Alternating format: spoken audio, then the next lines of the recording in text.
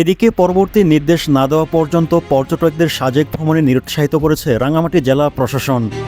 বৃহস্পতিবার ৩ অক্টোবর অতিরিক্ত জেলা ম্যাজিস্ট্রেট মোহাম্মদ সাইফুল ইসলাম স্বাক্ষরিত এক বিজ্ঞপ্তিতে এ আদেশ জারি করা হয়। পর্যটকদের নিরাপত্তার কথা বিবেচনা করে এ আদেশ জারি করে রাঙামাটি জেলা প্রশাসন। এর আগে গত ২৫ সেপ্টেম্বর থেকে ৩ দিন করে ৩ দফায় সাজেক পর্যটক ভ্রমণে নিরুৎসাহিত করা হয়।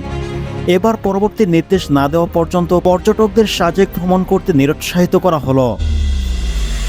অপরদিকে খাগড়াছড়ি জেলার সকল পর্যটন কেন্দ্রগুলোতে ৪ অক্টোবর পর্যন্ত পর্যটকদের ভ্রমণ নিরুৎসাহিত করেছে খাগড়াছড়ি জেলা প্রশাসন। টিম টিআরসি হৃদয়ে ধারণ করে বাংলাদেশ। দ্য রিয়েল কনসালটেশন, স্বচ্ছ ভ্যাট আইনে দক্ষ ন্যায্য ভ্যাট প্রদানে। অন্যদিকে জেলা কোর কমিটি মনিটরিং শেষে অতিরিক্ত জেলা ম্যাজিস্ট্রেট রোজলিন শহীদ চৌধুরী স্বাক্ষরিত এক বিজ্ঞপ্তিতে এ আদেশ জানানো হয়। প্রসঙ্গত গত ১৭ সেপ্টেম্বর খাগড়াছড়িতে এক বাঙালিকে পিটিয়ে হত্যার পর থেকে খাগড়াছড়ি ও রাঙামাটি পাহাড়ি বাঙালি সম্প্রদায়ের মাঝে সহিংসতার সৃষ্টি হয়। এর পরিপ্রেক্ষিতে প্রথম ৩ দফায় সাজেক পর্যটন ভ্রমণে নিরুৎসাহিত করা হয়। এবার চলতি মাসের প্রথম দিনে খাগড়াছড়ি টেকনিক্যাল স্কুল অ্যান্ড কলেজের এক শিক্ষককে পিটিয়ে হত্যার পর আবারও পরিস্থিতি অবনতি ঘটে। এর ফলে পরবর্তী নির্দেশ না দেওয়া পর্যন্ত সাজেকে পর্যটক ভ্রমণে নিরুৎসাহিত করা হয়।